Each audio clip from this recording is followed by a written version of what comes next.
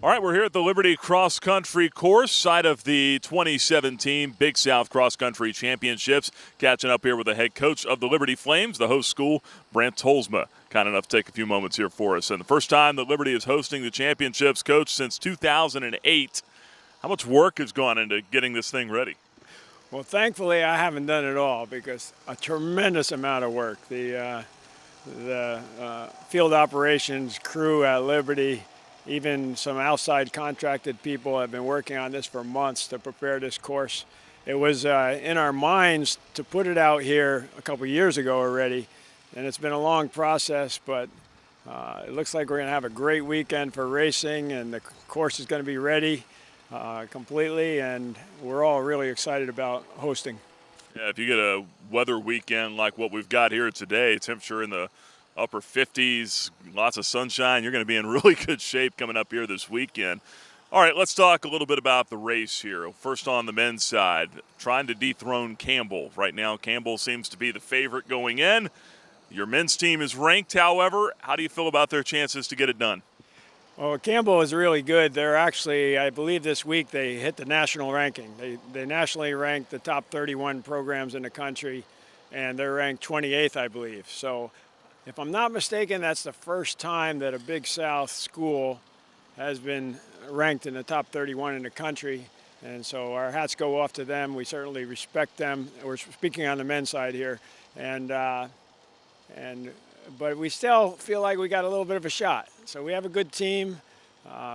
We have the advantage of running on a home course, but they're really good. And we don't bet on NCAA athletics, but if you did, that would be the safer bet to bet on Campbell.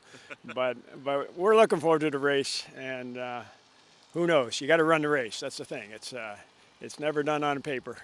Well, Azariah Kerwa certainly had a big year for you. You look at his chances coming in here to try to take home the first individual title since 2011 when Zach Edwards did it. What are his odds?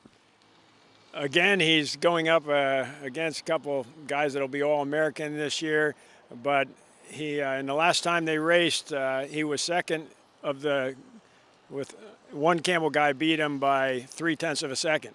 So, that certainly it would be nice. We just want him to run his best, but if he were able to win at home, I'm sure he'd really enjoy that experience.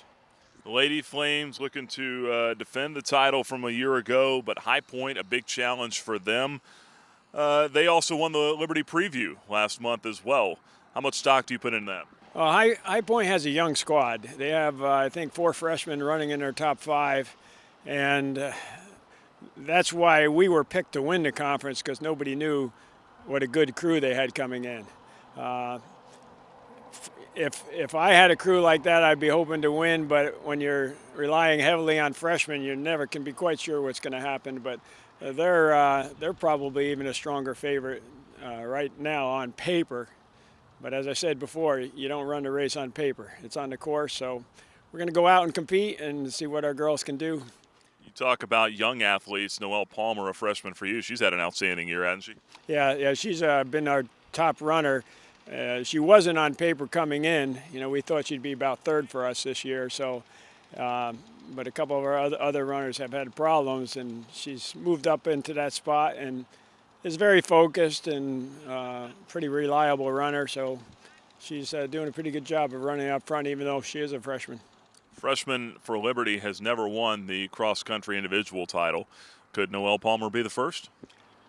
It's a possibility. I would not be at all surprised if a freshman does win, because if it's not her, it could be a freshman from High Point. That's the one thing on the girls' side this year is there doesn't appear to be a really high-level runner like there were in some other years. Campbell had a girl who's been injured all season, so she was the defending champion. She's not even competing, I don't think. Or if she does, it'll be her first race. But if she's not running, then it's going to be a much more even race and harder to call. Lastly, what's it going to come down to on the men's side and the women's side, you think? On the men's side, it's probably going to come down mostly to the 5th runner. And on the women's side, if people run like they're expected to, sometimes somebody really falters at a conference meet or somebody else really steps up.